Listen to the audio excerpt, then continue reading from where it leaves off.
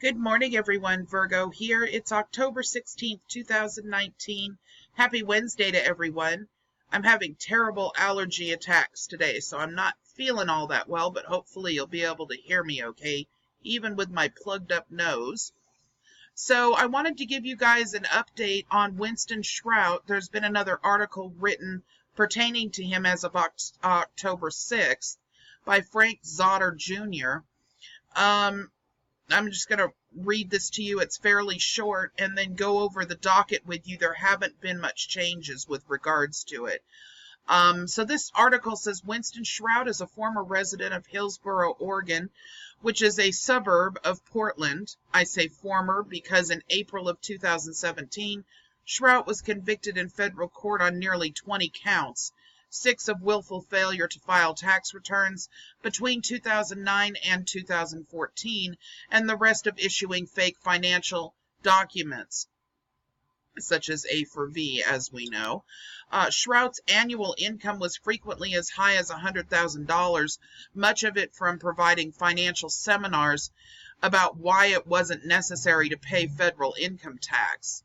Just tax tip: if someone who gives you tax advice is convicted of violating the tax laws of the United States, you might want to get your financial advice from somewhere else.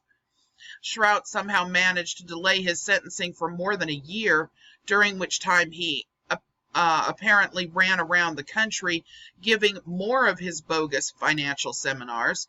This basis for a lot of Shrout's legal arguments arose from another of his questionable legal assertions, namely that he was a sovsit who could secede from the U.S. and thereby not have to abide by any of its laws, especially the tax laws.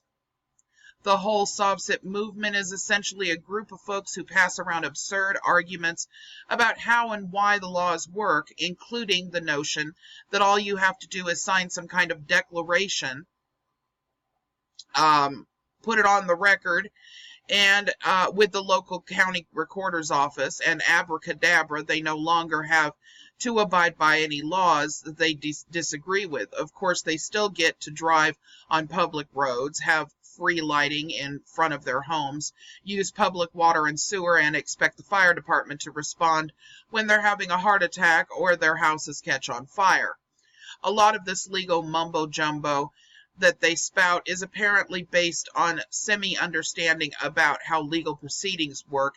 After all, attorneys say incomprehensible things all the time, and they seem to use Latin phrases. So all that you apparently need to do is become a sovsit.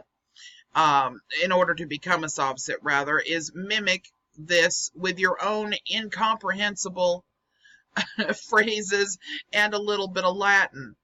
It's like someone who's only experienced with dentistry saying, well, I used a drill to build a birdhouse, and dentists use drills, so I guess I can be a dentist too.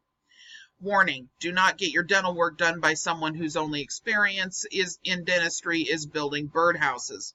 But the tax evasion, this part of the sovsit movement, is especially convenient because by not paying your taxes, and depending on the state where you live, you can instantly boost your income by about 25%.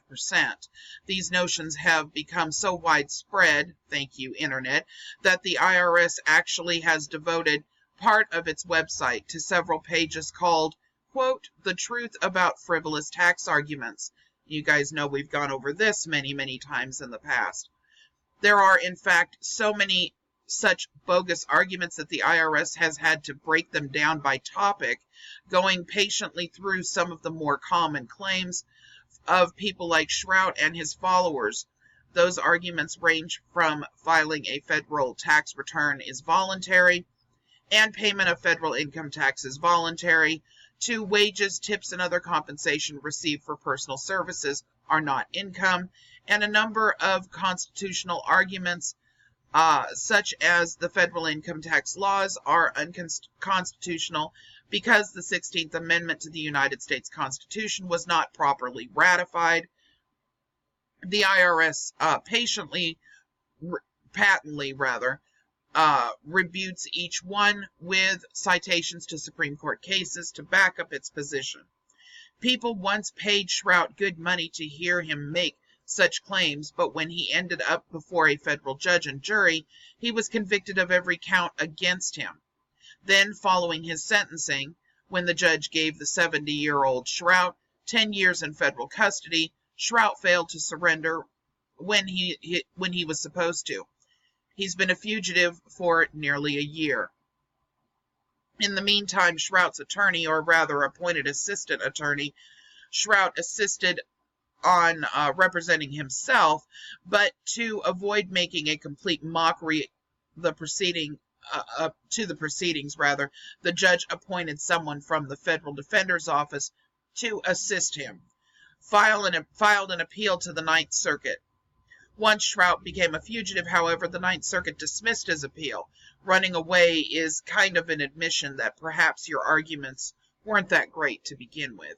But even though you can't attend Shrout's seminars anymore, you can get the functional equivalent by going to the IRS website and checking out all of his greatest hits. Just remember that if, like Mr. Shrout, you too decide not to pay or not to file your returns, all of those arguments are guaranteed to fail. All right, Mr. Zotter is an attorney, just so that you know. He's the one who wrote this article. It's a funny article, but it does mention Winston, and since we follow him and a subscriber sent this to me, thank you to them. You know who you are. I wanted to make sure that this was put out there in the public for people to see. Okay, so we're going to be taking a look at Sharon's docket next. All right, and here we are on the calendar events, and as I suspected, I believe that Judge Capelli, which is the judge that's going to be hearing everything pertaining to Sharon Tracy Gale's docket, it looks like all of his cases have been removed and are going to be showing up for Thursday. The docket hasn't been updated properly yet. It does look like the 10/16 hearing on the bench warrant, or the failure to appear hearing rather, has been removed, but it also does not show even a change at all from yesterday on the trial that was supposed to be at 9:30. Now, interestingly enough, we know for sure that that did change to Thursday, simply because we had someone that was there. Little Rascal, our subscriber, was wonderful enough to go down to the courthouse, and as he got there, they informed him that that particular trial and whatever else was on Judge Capelli's calendar had been moved to Thursday. So I'm assuming both of them were moved, since Judge Capelli seems to be presiding over both of these scenarios for Sharon. So not too much of an update or change here on the docket, but I will be keeping an eye on it, of course. Okay, so I'll be putting up an update if I see anything at all change today. Just so that you guys know, though, I am actually not quite feeling well enough to complete all of the transcripts today, so those may run into tomorrow.